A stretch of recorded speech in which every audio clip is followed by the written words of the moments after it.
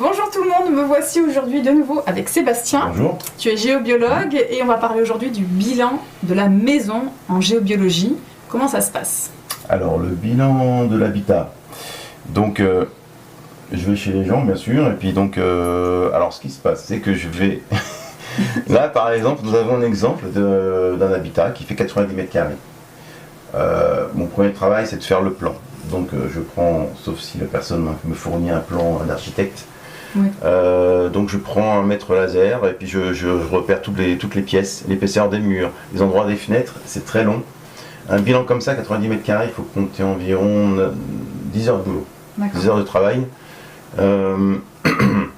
Donc là, qu'est-ce qu'on voit? Non, heureusement, c'était une maison de plein pied. Ça. D'accord, oui. Parce que quand on a un étage, c'est pas la même chose. Les sources, tout ce qui est faille ici, ça reste. D'accord. Oui, bah oui. Ça reste à la même à l'étage, sauf que tous les réseaux Curie, Hartmann, Grand Diagonal, Sacré, eux, ils montent en biais dans les étages. Donc, ça change la perspective, c'est ça? Donc ça nous refait un boulot pour l'étage. Donc c'est énormément de travail. Donc j'arrive, donc je commence par les sources. Tout ce qui est bleu, ce sont des sources, d'accord? Croisement de sources, tout le temps à éviter. Vous voyez?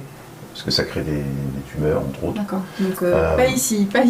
pas ici. Donc si vous vous retrouvez sur le lit, voilà, bon. Ouais. Là, il y a un canapé. D'accord. Pas bien placé. Pas bien placé. Ouais. Tu vois? Ouais, carrément. Plus un croisement de réseau de Curie en rose, etc. Bon. Après, on trouve des zones assez sympathiques. Tout ce qui est jaune, c'est plutôt des zones favorables à la vie. D'accord. Il n'y a pas beaucoup sur ça. Quand c'est entouré de jaune, c'est favorable à la vie. Quand c'est complètement jaune, c'est une zone de renforcement immunitaire. C'est quand il y a un croisement de réseaux sacrés, qui est très bon. Dans ce cas-là, il n'y en a pas. Non. Il y a 3 zones avec du jaune. Elles sont pas jaunes, donc par contre, elles sont bien encerclées quand même de choses vraiment nocives. Tu vois. Alors, les zones blanches sont des zones neutres. Okay. Il est préférable de dormir sur une zone blanche que sur une zone colorée, on va dire. Oui. Donc, source, les failles, les petites fissures comme ça que vous voyez, c'est la radioactivité pure. Nous avons quoi? Le réseau Curie qui crée des maux de tête, des problèmes d'hypertension, qui attaque l'organe ciblé en fait. Tu vois? Problème au foie, etc. D'accord.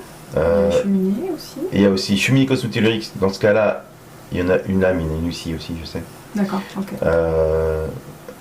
Donc, cheminée cosmétellurique avec leurs bras qui créent des problèmes. D'accord. Qui radient, c'est ça? Ou elles ont des bras? Ah non, les bras sont vraiment. C'est une énergie. D'ailleurs, quand vous avez un bureau, quand vous avez un bureau où ton enfant étudie, par exemple, s'il se situe sur un bras de cheminée, il est complètement déconcentré, il fait n'importe quoi. Donc les cheminées, c'est très nocif quand même. Donc ça, c'est une cheminée basse vibration. Tous les croisements Hartmann qui créent, alors eux, je les indique simplement sur les zones qui sont déjà colorées, parce que quand ils sont en zone neutre, ils sont pas vraiment méchants en fait, sauf sur les lieux de repos. D'accord. Je les repère simplement sur les lieux de repos, sur les lieux de canapés, bureaux, etc. Ce bilan est accompagné donc d'une légende, échelle, etc. et d'un bilan, alors vous ne voyez pas de là où vous êtes, mais c'est le bilan électromagnétique de chaque pièce. Quand c'est rouge, c'est pas bon. Oui, tu fais un gros travail. Voilà, donc il faut travailler ensuite avec un électricien. Donc ensuite, je fais observation de ce que je peux observer sur le plan, et mes recommandations, c'est le plus important, savoir où se positionner. Donc en gros, le canapé, il faut le mettre là, etc. Éviter les zones bleues. Ça c'est une chambre. Ça c'est une chambre. Un bureau. Voilà. Alors par exemple, si tout est cumulé dans la salle de bain, il y a tout qui est pourri au niveau énergie. C'est pas dramatique, parce qu'on y passe 5-10 minutes par jour. Les lieux de passage, ça peut être... Enfin, oui, voilà, t'as compris. C'est quand on y dort que c'est compliqué. En tout cas, c'est très bien parce que du coup, ça permet, comme tu dis, la concentration des enfants sur le bureau, là où on dort, là où on passe du temps, sur le canapé par exemple, ça peut nous polluer et générer des complications même physiques. Donc c'est pour ça que c'est intéressant de faire un bilan de maison.